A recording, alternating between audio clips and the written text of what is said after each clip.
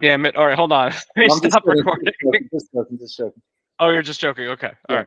I think we're recording. Yes, we are recording.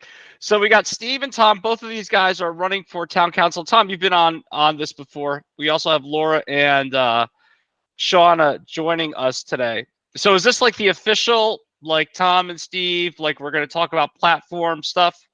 Sure. Yes. Okay, cool. So Steve, I think it might be good for you to begin by introducing yourself. I mean, I think like you're kind of I think you're new to local politics. Good luck. So yeah, I'll jump in. So my name is, for those that don't know me, my name is Steve Mondragon. I've been in Berkeley Heights now about 8 years. As you mentioned, John, this is my first dipping of my toes in the political waters. But I'm excited. I'm looking forward and excited for the challenge. I've been in pharmaceutical sales for the better part of 17 years.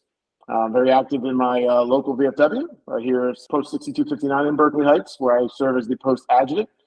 And been married now 12 years to Lisette Mondragon. My daughter Stella just turned 11.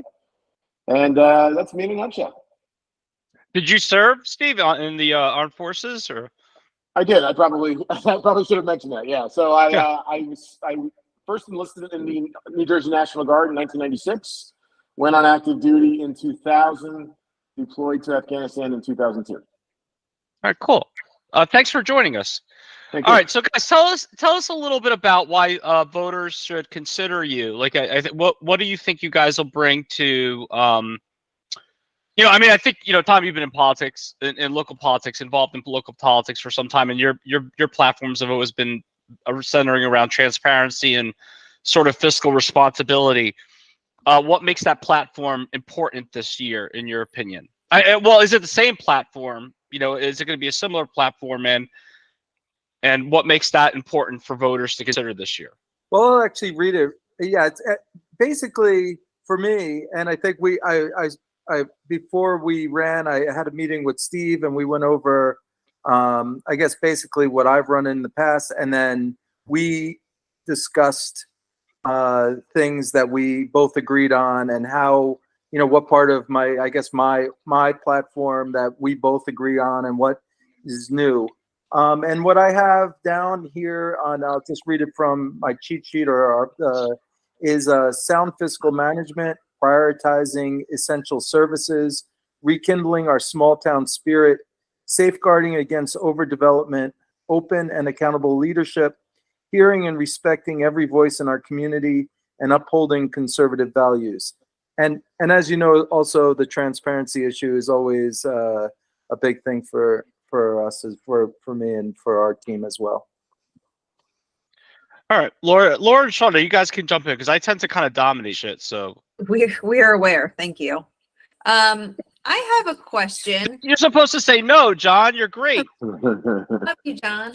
I guess my question would be: I feel like politics is in the forefront, but I feel like our voters are more concerned with who you both are as individuals, as opposed to, your political affiliate. I mean, I think the political part is always like in the background, but I guess if people are watching and they're sort of unsure about who they want to vote for, maybe 2 or 3 resounding qualities about who you are as human beings and as Berkeley Heights community members that you feel like voters should know about you, kind of, I guess, putting politics to the side, like who you are, what do you care about, what are your concerns, or what changes do you feel like need to be made here on a personal level? You want to go first, Steve? Sure, I'll go. So who I am in a nutshell. So I tell people I come from a background where if I was a house, my foundation was built in the military. So what I mean by that is that my values are deeply rooted in self-service, duty, respect, loyalty. I'm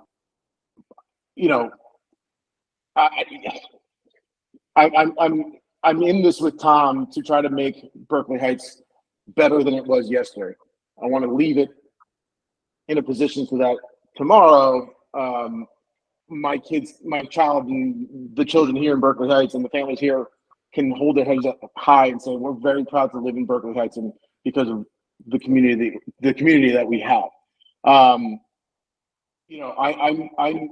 the type of person, I don't care what political party you're affiliated with. I'm just looking to work with good people.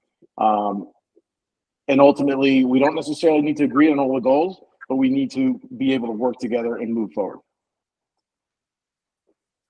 Cool. Thank you for your service, Steve. Thank you. Yeah, and just to add to that, and it's another thing that I think at one point, Berkeley Heights, just a few years back, had a completely dominated town council and somewhat board of ed, and actually they were almost one entity. It was a very strange thing where all of the town politics were kind of dominated by like a smallish group. And what I always said is that I didn't want to replace their people with my people. I actually feel that on both the board of ed and as well as the town council, that it really should be, in the town council, it should be 6 people, and the board of ed, 8 people, I believe. But it should be all independent-minded people where people are thinking and able to bounce things off of each other, not just rallying behind, group politics and things like that. And I think we see that certainly with the board of ed, recently and in previous times in the town council. I think that really what I want to bring is that I'll look at everything and I'll do what I feel is best, or what, taking the input from the residents and trying to do the best I can to make a decision on whatever is in front of me. I will do my homework. I'll read everything, and not really, I'll listen to experts and listen to everybody.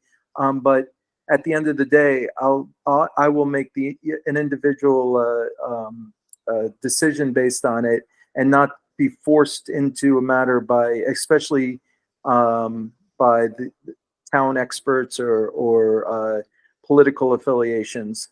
But I would like to represent the residents in town, and and I think I have a good pulse on what the residents want. I've spoken to so many people in town that I feel I have a good pulse on that, and that's really what I want to bring to. I want to represent them, and really that's what I think I bring. Shauna, you got any questions? Yeah. Would like to know kind of what you feel like is one of the most pressing issues in our town. It's, for me, it's 100% clear, is the complete overdevelopment of Berkeley Heights. The apartments that are going up, it's a total of 1,408 apartments. And it's changing. It's about adding, I think last time I did it. What was the number? I missed it. 1,400? 1,408 apartments. 1,400. It's just a massive amount. Last I saw, because when I was doing the math a while back, and maybe these numbers have changed slightly, but it was 4,500 single-family homes in Berkeley Heights. We're adding 1,408 apartments. That's somewhere in the ballpark. I don't have my calculator here, but it's somewhere in the ballpark of 30% units. It's a massive, massive, massive change to the town. And I don't think, in a similar way that some of the things in the Board of Ed happened, at the time those decisions were made, the residents didn't have the input or the understanding of what's going on. A decision was made and kind of just forced on the residents, and there's debate whether or not, we made the best choice. I disagree with some of the choices that were made, but at this time we have 1,408 apartments. Another piece of that is the pilot deals where they're not paying their fair share of taxes. They're paying about 20 to 30 cents on the dollar of what they should be paying in taxes, with zero going into the schools. The schools won't lose their money, but you and I will be subsidizing for those apartments. And even seniors in town are, who are in their 80s and even 90s, question why they're paying property taxes They don't have children in the school yet. We've given these developers basically a sweetheart deal to incentivize them to build these apartments in our town that nobody really wants. To me, it doesn't make sense. And we have another round coming up. So we need people in there who are qualified and able to do the job, and the most qualified to actually do township planning and budgeting and do, it's going to take some maneuvering, I think, especially if more of these apartments are being forced on us.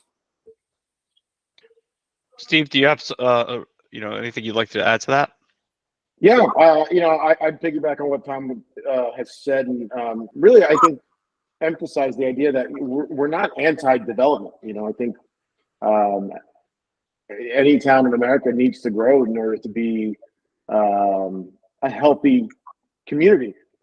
But I think when development starts to outpace the infrastructure, I think that's a problem. So when you look at what those additional apartments are going to do in terms of the stress on the school system, on the police department, on the fire department, those are all items that I don't know if they've been fully hashed out. And at some point it's going to become an issue. So I think we can't stop the development now, but what are we going to do moving forward in terms of proper planning and allocation of assets and resources?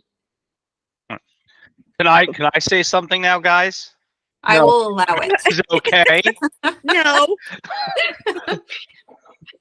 All right. So I guess one thing that's been frustrating to me about local politics in general and the Board of Education is, and I think this is on both sides. I mean, Berkeley Heights, I really, I've lived here for a while, and I think I'm not an expert on politics, but I think I followed it, close enough, I think. And it's this weird dichotomy in this town, where you have sort of a different ideological vibes. And I think the concern that I have a lot of times is sort of ground level policy decisions often get hung up sort of ideologically. And I'll give two examples, right? And I'm not going to ask you about either of these two, but I'm just going to kind of give two examples of where I feel like I got stuck. So one example, which I don't think is related necessarily to town council, is DEI, which in principle, I'm supportive of, but the way we did it was very ideologically based, wasn't grounded. There's a way of doing it that I think can get a lot of buy-in from people. It's we can define it a certain way, and I think a lot of people can buy into it, depending on how we define it. What can we demonstrate the evidence connected to what we're doing, and the benefit? But the conversation turned into just almost like a replica of the national debate. It turned into a very black and white. If you're for DEI, you're this, and if you're against DEI, you're this. And what ended up happening was sort of a very empty plan that people still can't define. And I think the other issue comes down to, I think you and I disagree on this, Tom. I get it, and I don't know about where your position is on Steve. It's sort of police and schools, and I think the same thing sort of happened. And I'm not suggesting either of you guys were part of that. I'm simply saying it was either sort of a for or against. And I think a lot of times the debate gets very sort of up here, ideological, what it means about people. And I think what gets lost is sort of, what does it look like for us on the ground? While it might be good in principle, does it make sense for us? And how do we do this in a way where as many people as we can get to buy into this? Instead of attacking people who disagree with us, how can we sort of incorporate different opinions to get more buy-in? And I guess I'd like to hear your approach on that, or your thoughts about that. I have some. First of all, what I would like to start out with is, I think what's missing, and a lot of times in both of those issues that you brought up, is what are the metrics, and why is it important to have metrics? The reason is because sometimes I think, even in the Republican and Democrat realm, I think there's actually an agreement, and it's just about whether or not, what are we trying to accomplish, and how do you accomplish it? And there's tactical debates on those lines. And so for the DEI, for example, what is the exact metric? And that I still haven't seen. Like what, okay, we put a DEI in place, but okay, so what does that mean? Are we successful? Has it been successful? I don't even understand what we were trying to accomplish because I don't understand the metrics of that. And then did we reach that goal? I don't think that's been measured. So if we can't measure something, then we're only in ideologically, we're in, ideals and speaking in ideals, which is a very hard way to get community buy-in or community agreement or even group agreement. And I think that's the root to a lot of these problems. If we are doing things, for a specific goal, they should be able to be measured. That should be made public. We should have discussions and debates on what goals we should have, but we definitely need something that you can measure and claim a success after the fact, not just do something and then say we did it and move on. So Steve, I'm sorry, Tom, I didn't mean to cut you off. No, that's it. So what I'd like you to answer, Steve, a little bit, because you're new, and again, this isn't a gotcha, so if you need time to think about it and come back to it, that's fine. We can edit out the. How many farm animals do you have in your closet, Steve? No, I'm just kidding. So I guess, let's imagine you have a position that the town very much supports, but you have a significant minority of people. Let's say 30% or 20% of the people that are very opposed to an idea, right? And you could get this passed, or that you can turn a good number of people against these guys, right? In other words, it's an easy win, right? How would you sort of approach that 20% or that 30%? Would you reconsider policy positions a little bit? I mean, what would be your overall approach to that? Well, I think it's really situationally dependent. I would love to say that this would be my approach and this is how, but I really think it depends on the matter, So that 20-30% that has vocalized their concerns, their fears, their general thoughts, what are we talking about? So pick an issue that you feel strongly about. So you mentioned police and schools. Okay. So I think Tom had kind of touched on it, and I think really what it boils down to is having that discussion. It's unfortunate that in 2023, discussion is muffled, regardless of which side you stand on, regardless of what the issue is. This conversation and dialogue is really discouraged, and you can't find that middle ground if you don't have that conversation. So again, I'm not here. I'm not going to advocate whether I want police in the school or don't want. That's not the point. The idea is we have to have that discussion. So, getting back to your original question, easy wins, slam dunks. For me, I don't view it as us versus them, Bloods versus Crips.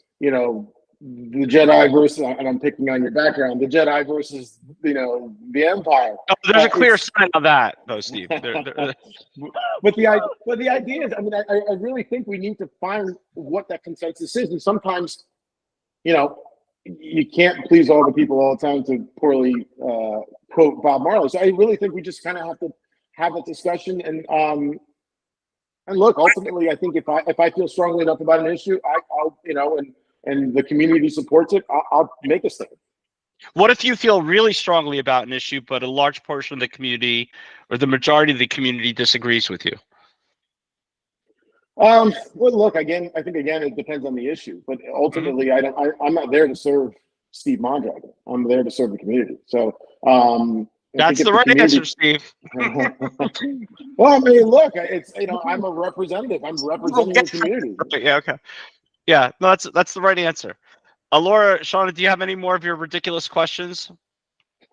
Yeah. I mean, I Seriously. gotta tell you, you guys, this is a lot more fun than I thought it would be. oh wait. No, I'm sorry. Laura, go ahead. If you don't got something, I got stuff. I really don't I have quirky questions. Again, I feel like people want to get to know who you are. Like top 3 takeout restaurants, Berkeley Heights. Go. Breakfast, lunch, or dinner. You want to go first, Tom? You Let can't me do just throw out 3 for there, each we do not category. need 3 kickback. overall, right? Not 3 in each category, right? No, just like your 3 top Top places. 3. Yeah. Okay. So I'll jump on one first. I'm a sucker for Goodman's, and I'll tell you why. Because I grew up in Elizabeth, and for me, walking into Goodman's is a bit of a trip down memory lane because I'm very familiar with Elmore Ave, and I'm very familiar with a lot of the pictures on the walls, and I remember Goodman's from when I was a kid. So Goodman's is definitely my top 3. I would also say DeMayo's. Love the family over there. I love Sal and Joe and the guys. So, all 3 or? You got to go for a third. You got to go with third now. All right. We'll do a group one. We'll go with Soul Lights. They're good. Their wings There are. you go. So I like Soul Light. That's the a third one, but I agree with the other 2. And I also have been to the Goodmans in Elizabeth back in the day. So Is there a difference? It's good. I mean, No, is there a difference from the one in Elizabeth to the one that you like? Since you've been to both, has there been any like? How would you rate? the food's great. I mean, I think it's the same food. I mean, Same food? I can remember. I mean, we're going back. For me, I don't know, 30 years, I guess at least, or 40 years. I don't know what that is. It's going back quite a while. So, but it is. It's definitely good. The pastrami and the brisket's the sleeper over there too. If you haven't tried the brisket, it's good.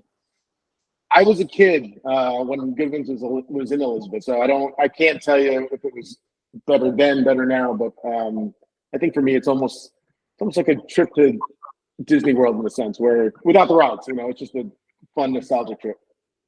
Sure, Shauna. I don't know. All right, I could go.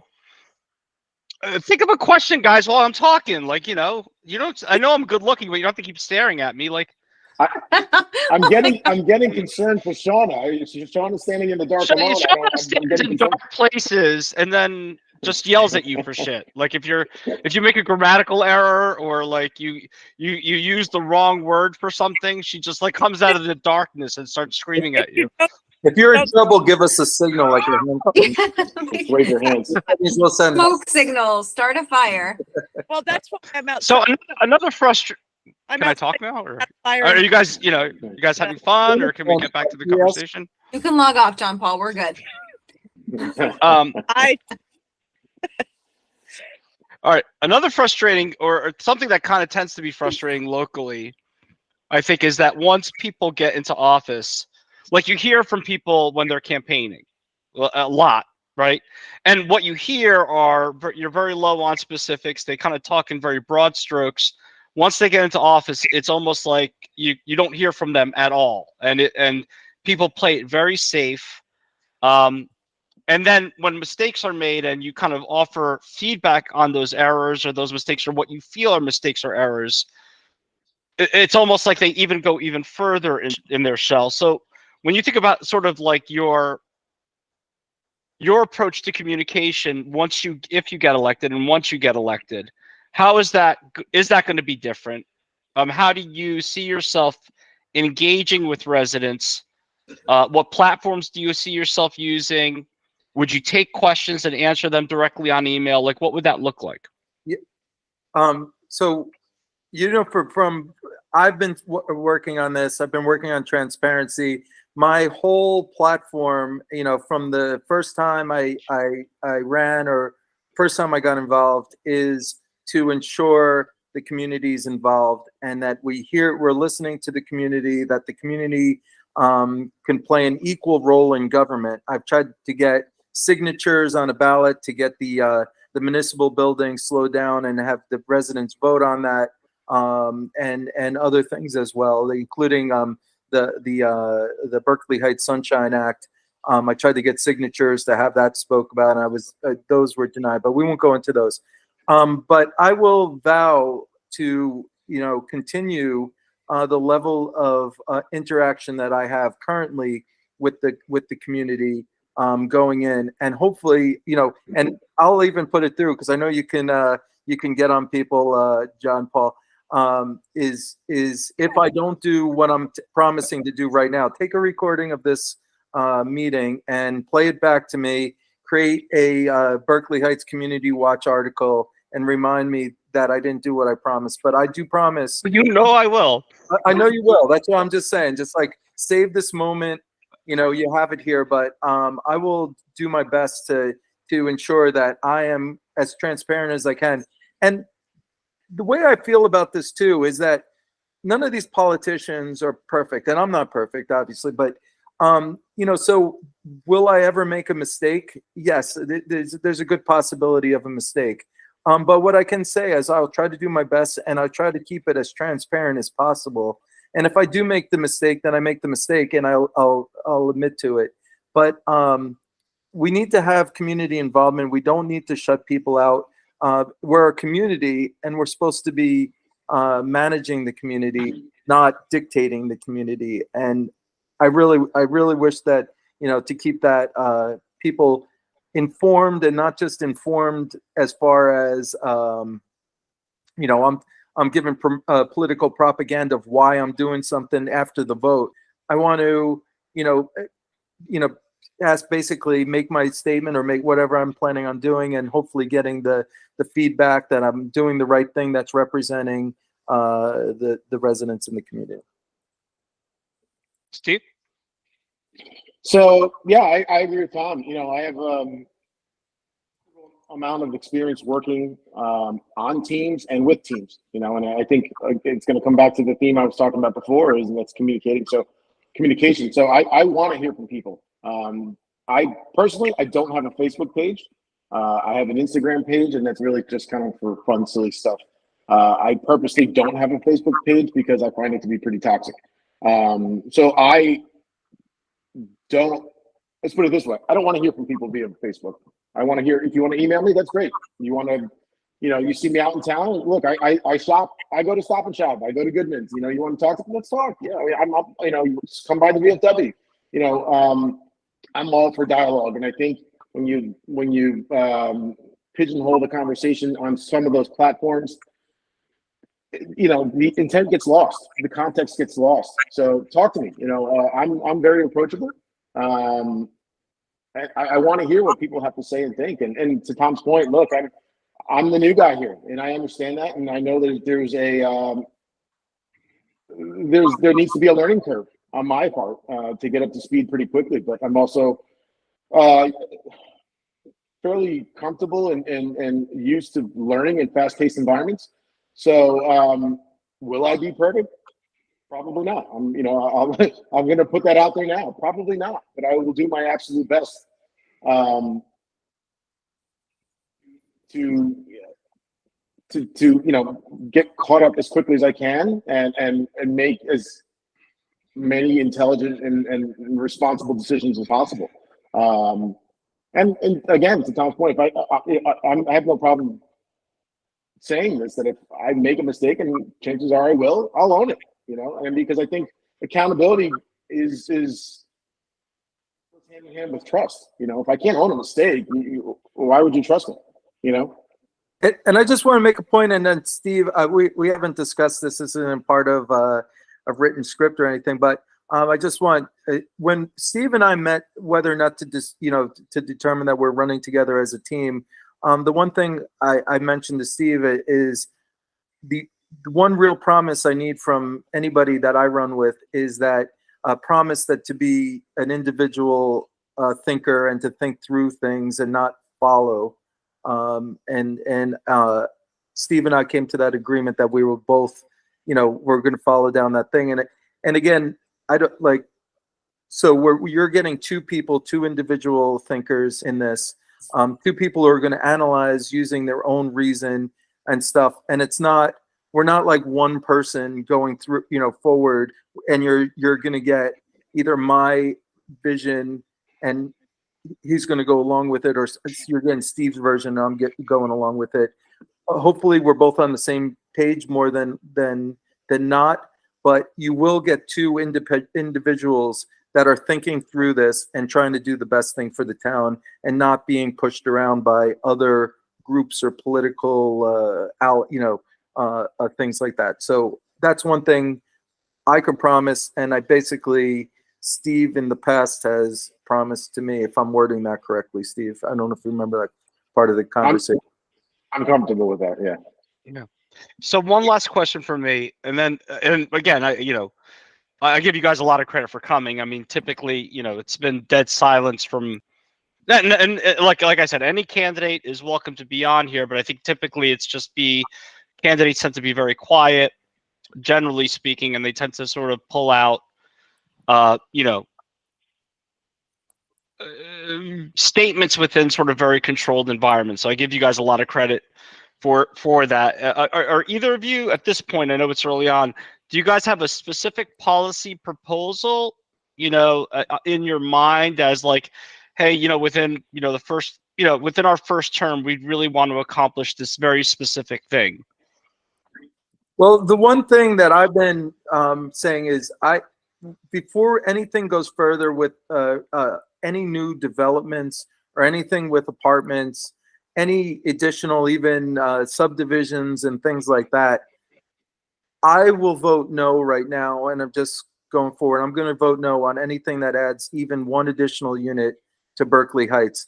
At minimum, until all this stuff is kind of built and we figure out the traffic problems, any new crime issues, the school issues, certainly. How many, we were told time after time that there's not going to be any children in these apartments. Yeah, we knew that was just complete horseshit. I mean, And this is the type of thing, why can't we just be told the truth? I mean, and this is, again, JP, please, I want you to quote this meeting, and if I do something like this, please, but I'll tell you the truth. If we have a difficult decision to make, I'm going to put the truth out there, not this fake, that there's not going to be any children in these apartments when we know that there is. And people believe that. I mean, people actually believed that was what was going to happen. Yeah, I mean, it was incredible. Yeah, and they're paying zero into the schools. The sewer department actually, we're adding, if we're adding 30% to the population of Berkeley Heights, there's 30% increase in sewerage, right? So there's things like that. The police, we have to add a certain amount of police officers by statute per population. Fire, and then also the senior piece that I just recently kind of realized is that the senior development actually adds a little bit of a stress to the rescue squad, because the seniors tend to be the most common usage of the rescue squad. So that's another thing, that we got to watch out for as well. So I know I said, and Laura and Sean are used to this. I just kind of go. So question. Well, this isn't technically a question, okay? All right, Laura, it's not a question. Better be a comment, and then you're done. It's a comment. I think the affordable housing issue is a good example of I think what I was sort of referring to. Like, I'm actually very much for affordable housing. I think like working class and middle class families are getting priced out of New Jersey. I think the model that's being used now, which is like developer driven, is a really bad idea. But it's actually a really good example, because I'm for affordable housing, and I'm not suggesting everybody should be, but I am. I'm very much for affordable housing. But I'm not for, hey, there will be no kids in schools, and I'm not for, let's reconfigure our schools before we figure out how many kids are actually going to be here, right? I mean, in other words, like, I'm for affordable housing, but for vetting it properly. And I think, again, the discussion around that time got taken over ideologically, right? Are you for affordable housing or against affordable housing? When the questions ought to have been, and I think they bypassed the referendum that, in a way that sort of avoided this discussion, what's the best way of going about this and what's the overall impact, right? So I think affordable housing is actually kind of a good example of that whole thing going south, that it doesn't necessarily have to be ideological if there's a good plan. Laura, Shauna, I'm sorry, go ahead. One thing you just brought up is the idea of the referendum. I've always been kind of a fan of the referendum, and I know that our town historically has been against them. When we were building the municipal building in particular, I tried to get that put on the referendum. That was the largest project. We're up over $40 million, and I was 100% right on that when I was right, where we are. I don't think there's anybody in town right now that looks back and looks at the municipal building as a good use of $40 million. But my point now is I would like to see more referendums. If we have stuff going forward, I would like to see that put on the ballot. It really doesn't cost you. It costs the town anything. And that was the big thing. Oh, it's going to cost money. If it's in the general election, it really costs nothing. And we can even do stuff like a non-binding referendum, which would have been, do you want this municipal building? Or are you okay with spending $28 million on this municipal building? Put it out there. See if the town, why was that forced on the people without actually getting valid feedback? And that's one way to get an official feedback and a stamp of approval from the town on a project, especially when you have a major expenditure or something that's going to change the town drastically. Let's just have a referendum on it and see the pulse of the town. Shauna, Laura? I guess my final and literally final question would be, of the three of us from Community Watch, who's your favorite to be on with? Win that, Laura. That's a bullshit question. Nobody likes me. Come on, it's Saturday night at 9:49. I can ask a bullshit question. No, go ahead. Pick either Laura or Shauna. It's Laura and Shauna. Okay. Those are my favorites. Assholes. Good answer. Well, I'm still who are you picking? I'm still very much concerned for Shauna because I don't know what's happening. It looks like there's forest fire going on. Laura's got the shower curtain in the background. I don't, Yeah, you don't want to pin your flag on Friday the 13th over there. Night goggles. The night vision. We're good. We're good. All right. Get these guys to come over and sit around the fire pit. They wouldn't do it. I don't like either one of you. Me? What? I'm good for go. Look, let's not get into our personal fucking issues right now, okay? Wow. Shauna, do you have another question? No, I don't really. Just been enjoying hearing about each of you and kind of what your feelings are, what your statements have been. So looking forward to hearing more from you. And that's pretty much it for me. All right. Well, Steve, Tom, thank you. I mean, I really do. I think I give you guys a lot of credit for coming on a format like this.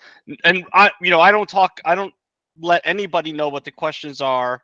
I didn't let Angie or Susan or anybody else know. This is sort of off the cuff.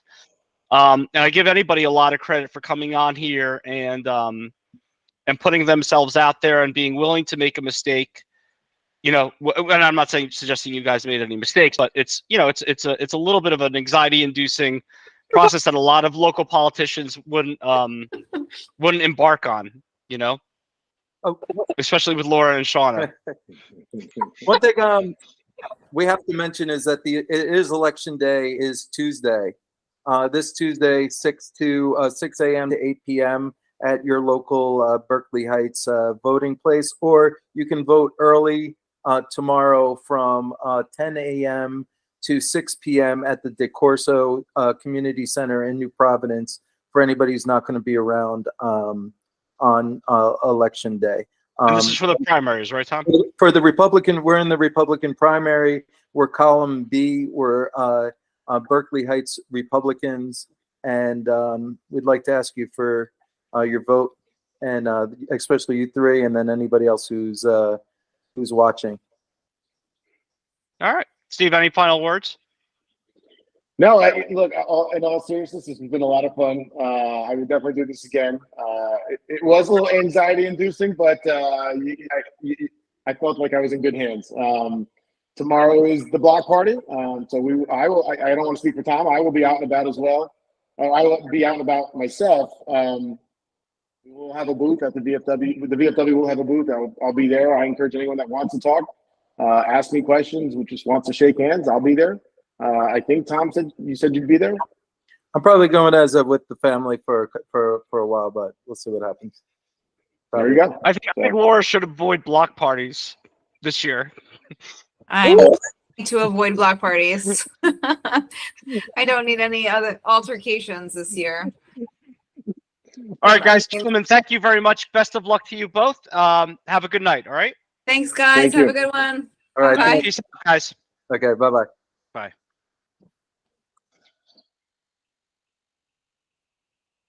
Now I got to figure out how to close this shit out.